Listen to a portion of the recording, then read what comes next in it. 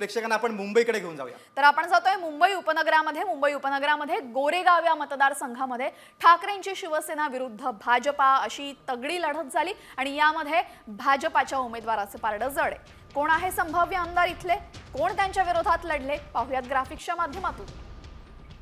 बघा, ही अशी गोरेगावची लढत होती, त्यामध्ये भाजपच्या विद्या ठाकूर या संभाव्य आमदार असतील, ते विद्यमान आमदार देखील आहेत। पुन्हा गोरेगावच्या जनतेनं त्यांच्याच नावाला पसंती दिलेली आहे, त्यांच्याच पारड्यात आपलं मत टाकलेलं आहे। ठाकरे गटाचे समीर देसाई यांची पिछाड झालेली आहे। दरम्यान गोरेगावकरांनी पुन्हा एकदा विद्या ठाकूर यांना मत का दिलेलं आहे, त्या संभाव्य आमदार का दिसतायत सध्या, याची कारणं जाणून घेऊयात आमचे प्रतिनिधी संजय गडदे यांच्याकडनं।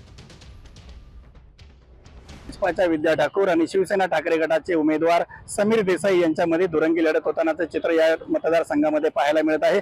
मतदारसंघामध्ये विद्यमान आमदार विद्या ठाकूर यांच्याविषयी असणारी नाराजी यावेळी त्यांना हॅट्रिक करण्यापासून रोखण्याची शक्यता आहे। महत्त्वाचे म्हणजे या मतदारसंघामध्ये हिंदू संघटनांचं वर्चस्व देखील आहे, मात्र हिंदू संघटनांमध्ये जे आहे ते विद्या ठाकूर यांच्याविषयी फारशी नाराजी आहे। खास करून बजरंग दल असेल, विश्व हिंदू परिषद असेल किंवा RSS असेल, या संघटनांकडून देखील विद्या ठाकूर यांना यावेळी फारसं सहकार्य झाल्याचं यावेळी पाहायला मिळालं नाही। दुसरी महत्त्वाची गोष्ट म्हणजे शिवसेना शिंदे गटाकडून देखील विद्या ठाकूर यांच्याविषयीची जी नाराजी होती ती बोलून दाखवली होती। शिंदे गटाने देखील या ठिकाणी विद्या ठाकूर यांचा प्रचार करताना कुठे आढळून आलेले नाहीत आणि साहजिकच याचा जो फटका आहे तो विद्या ठाकूर यांना बसणार आहे आणि त्यामुळे या लढतीमध्ये जे आहे ते त्या मुख्य फायदा जो होतोय तो शिवसेना ठाकरे गटाचे असणारे उमेदवार आहेत समीर देसाई यांना या ठिकाणी फायदा होताना दिसत आहे। तशी चर्चा देखील मतदारसंघामध्ये रंगली आहे आणि त्यामुळे गोरेगावचे संभाव्य आमदार म्हणून जे आहेत ते समीर देसाई यांच्याकडे पाहिलं जात